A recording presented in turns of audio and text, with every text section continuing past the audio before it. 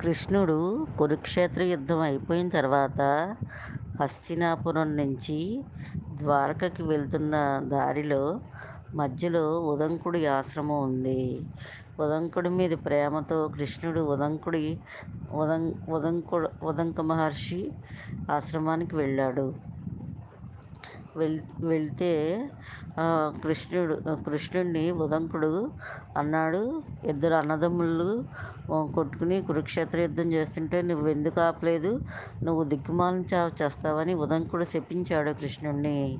అయినా సరే కృష్ణుడు ఏమీ కోపం చెందకుండా నీకు ఏం వరం కావాలో కోరుకోమని అన్నాడు. అప్పుడు ఉదంకుడు మహర్షి, స్వామి తప్పైపోయింది, నాకు తొందరపాటు ఎక్కువ, ఏం చేస్తానో నాకే తెలీదు, నన్ను క్షమించు అని ప్రాధేయపడ్డాడు. అప్పుడు శ్రీకృష్ణుడు నీకేం వరం కావాలో కోరుకోమంటే, మోక్షాన్ని కోరుకోకుండా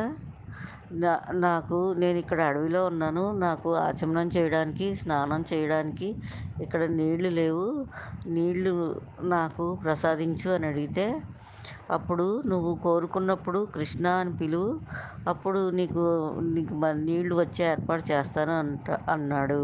అప్పుడు ఉదంకుడు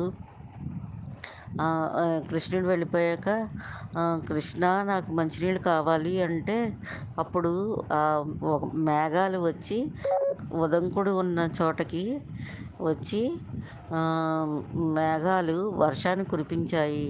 అక్కడ చిన్న చెరువు కింద ఏర్పడింది.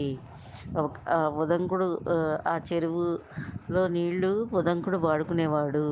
మళ్ళీ నీళ్లు కావాల్సి వచ్చినప్పుడల్లా కృష్ణ అంటే ఆ మేఘాలు వచ్చేవి. ఆ మేఘాలకి ఉదంకుడి మేఘాలు అని అనేవారు అని పేరు వచ్చింది.